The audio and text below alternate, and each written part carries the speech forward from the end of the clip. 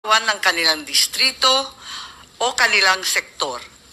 Bakit naman ngayon ay naging tagabantay na lamang sila ng humihiyaw na dambuhalang sanggol? Ginawa ng bonjing na armas ang impeachment.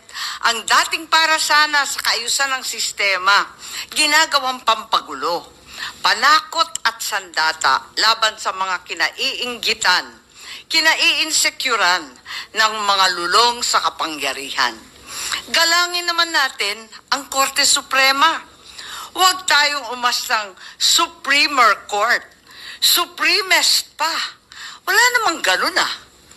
Sa mga kapatid kong senador, paano tayo magiging dakilang mambabatas kung tayo mismo ay hindi susunod sa batas?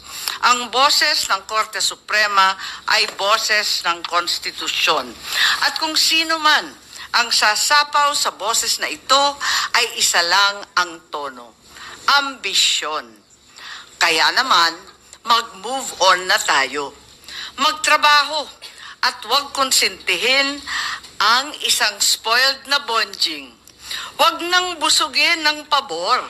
Huwag nang pumayag dahil may pabuya. Huwag tayo magpalaki ng buwaya, baby pa nga ang tawag, lulong na. Sa mga mahal kong kongresista, may suggestion po ako.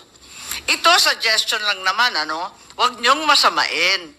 Kesa inaatupag ninyong palitan ang pinili ng taong bayan, binoto at minahal.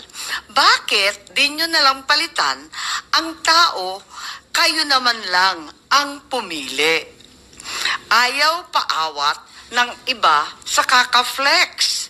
Ano kaya kung yung speaker nyo na lang ang paltan nyo? Kaya nyo yan. At dahil dito, bumuboto ako ng malakas na oo. Maraming salamat po. Thank you, Senator.